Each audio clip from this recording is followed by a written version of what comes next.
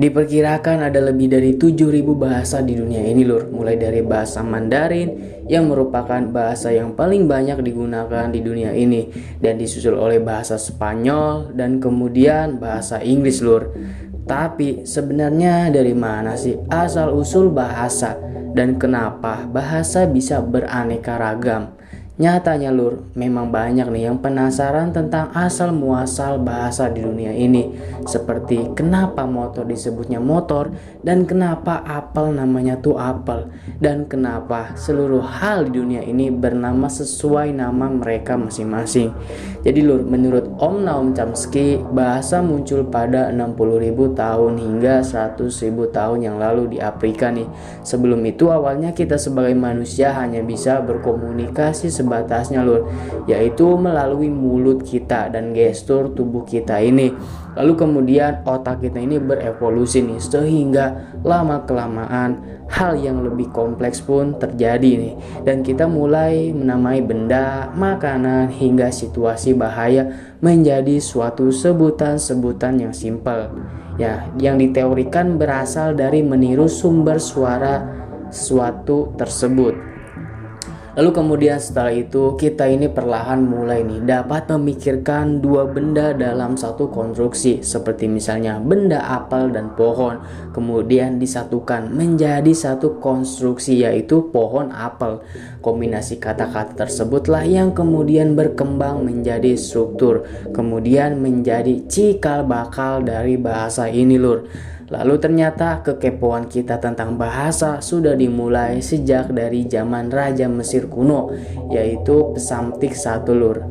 Nah, jadi dia ini dengan teganya memerintahkan dua orang bayi nih untuk dikurung dalam dua kandang yang berbeda.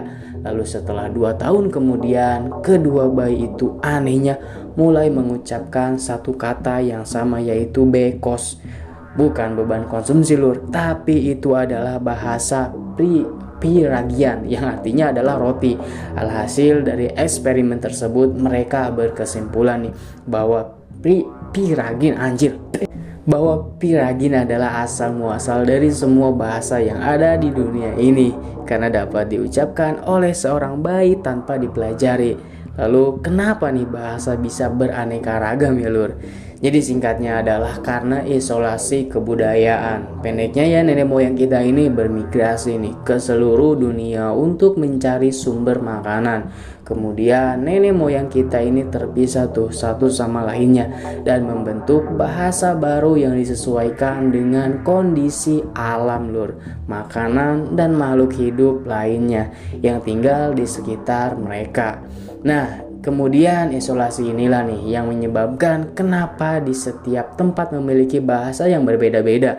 Apalagi di Indonesia lur, yang geografis kepulauannya itu hingga orang ini makin terisolasi, yang menyebabkan makin uniknya bahasa yang ada.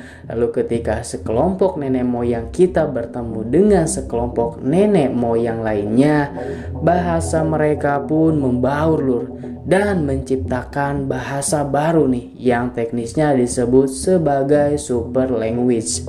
Jadi itu dia lur sebabnya nih kenapa faktor jarak turut mempengaruhi bahasa yang ada, seperti misalnya negara yang berdekatan seringkali memiliki kata-kata yang sangat mirip lur, kayak Indonesia dengan Malaysia gitu, karena mereka saling membaur. Berbeda dengan bahasa Spanyol dan Mandarin nih contohnya, yang gak ada mirip-miripnya sama sekali.